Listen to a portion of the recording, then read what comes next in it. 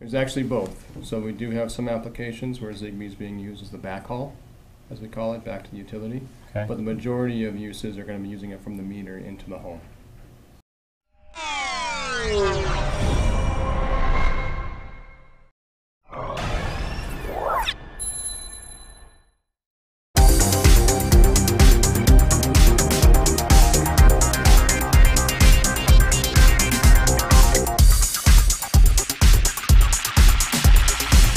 So John and Jim, we're here at Ember in downtown Boston. Welcome to the Drive for Innovation.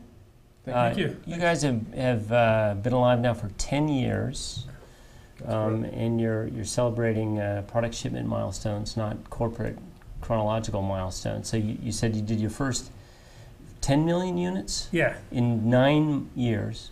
Is that right? Basically 9 years to ship the first 10 million units. Right, and then the next 10 million is like poof. Took 1 year. Yeah.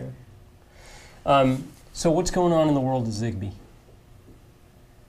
Zigbee, again, it's a growing market. Zigbee had kind of a big year last year where Zigbee's been adopted as kind of the standard in the meters, the electric meter space, with the whole smart grid initiative, smart metering.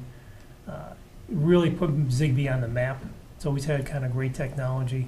Going after multiple markets, that's really been the lead market though today, is the smart grid.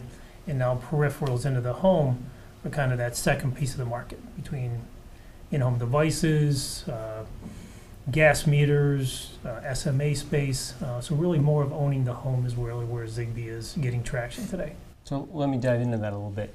So your Zigbee solution in a smart meter is communicating back into the home, or communicating back out to the utility, or that's a proprietary backhaul line? There's actually both. So we do have some applications where Zigbee is being used as the backhaul, as we call it, back to the utility. Okay. But the majority of uses are going to be using it from the meter into the home.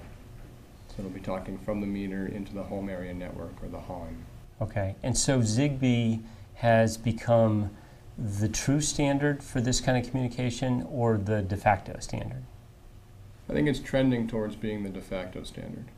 I mean, there's definitely other protocols people talk about using for the HON communication, but for the most part, meter companies in North America have been designing in Zigbee chipsets into the meters, and then looking to communicate into the home with that.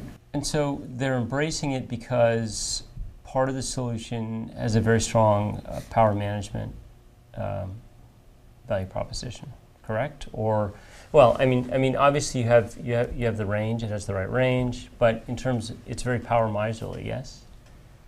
It is very power efficient. So Zigbee chipsets are known for being low power. There's also, within the protocol itself, there are some aspects to that allow it to have more devices than just a couple join a network and be a part of that network. So I think it's also scalability, being able to add more devices in the home as they're brought online.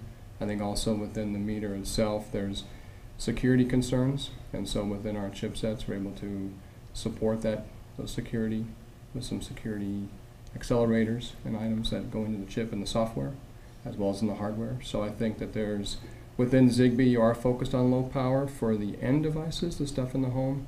At the meter, they're more concerned about some of the other features, robust range, making sure it can communicate through walls, and then of course making sure that as information is passed from the utility to the meter, it actually gets into the home in a nice manner.